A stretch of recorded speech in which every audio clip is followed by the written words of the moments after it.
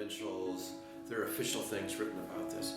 Here's what I come at least in a Western context in the United States, because some of this has to do with development, psychological development, growing up. So, at the undergrad level, it seems to me that a Jesuit education in higher education, liberal arts education, is meant to address the whole person and invite the person to, and persons to critical thinking about and developing the capacity to reflect on self in context, immediate context. It might be literature, it might be a language, it might be math or pre-med stuff. So there's an immediate educational context. There's the context of the world, the church, or whatever one's religious affiliation. So how do we help people learn to reflect on their experience? One way to use that, one way to get to that is through a liberal arts education, which is a way of saying through history, through art, the study of film, the study of music, the study of photography, the study of literature, to learn to develop oneself as a whole person. So that's the career personalities part of saying, let's address the whole person as someone who thinks and feels, someone who is not just going to be a cog in the machine of industry to go out and get a job, which is important. But how do you become a person so when you're 40 years old, you can say, I've been working a while and I've come to know myself in a new way. And so, like with a bunch of, not everybody, but a bunch of 40-year-olds are coming back to college after a major career, wanted to teach history in high school, wanted to teach middle school, wanted to teach religion at a Catholic high school, wanting to go into the ministry, wanting to,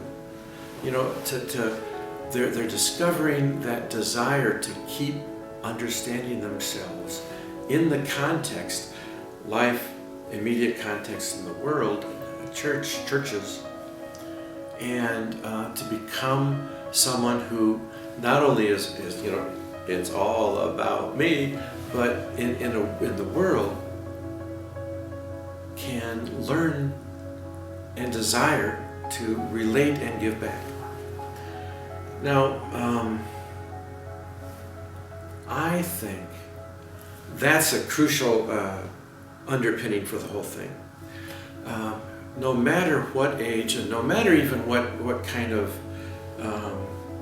you might call the difference between other orientation and self-orientation. So people who are givers, who are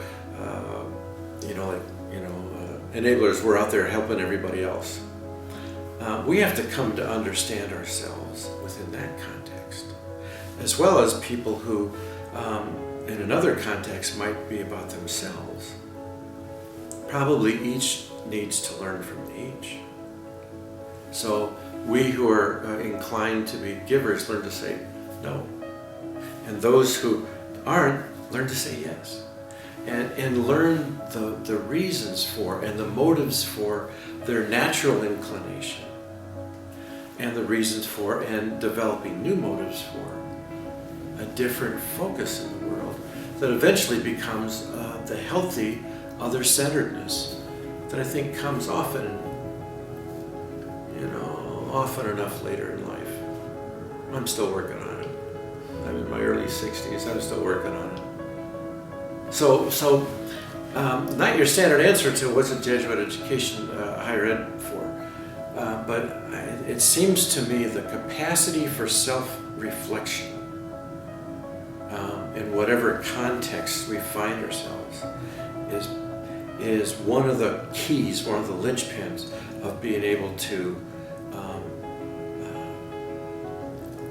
notice, name, and be accountable for my motives. Why do I serve? Why is it all about me? Why do I want to do this job? Why this career, that vocation? Why do I want to do it? And the capacity for self-reflection, I think comes right out of St. Ignatius when he was recovering from his wound in the battle. And he was one of, at the 16th century, one of the first people who at least did that in a way that was, you might say, a foretelling of what was to come in a psychological age, like in the 20th and 21st centuries. The capacity to reflect on, say, here's my experience, and here's what I'm going to do with it. That's pretty cool. And I think that's where the finding ourselves in context of a world, meaning the earth, meaning the problems with climate change, the problems with population, the problems that we're going to face in the future with water resources and whatnot. Finding ourselves in that context and saying, now, what am I drawn to? What do I naturally want to avoid? And what do I want to do about that? I think those are kind of the great questions that can help, maybe not everybody, but a lot of folks name their experience and say, I wonder if I'm called to something new, outward oriented, and creative.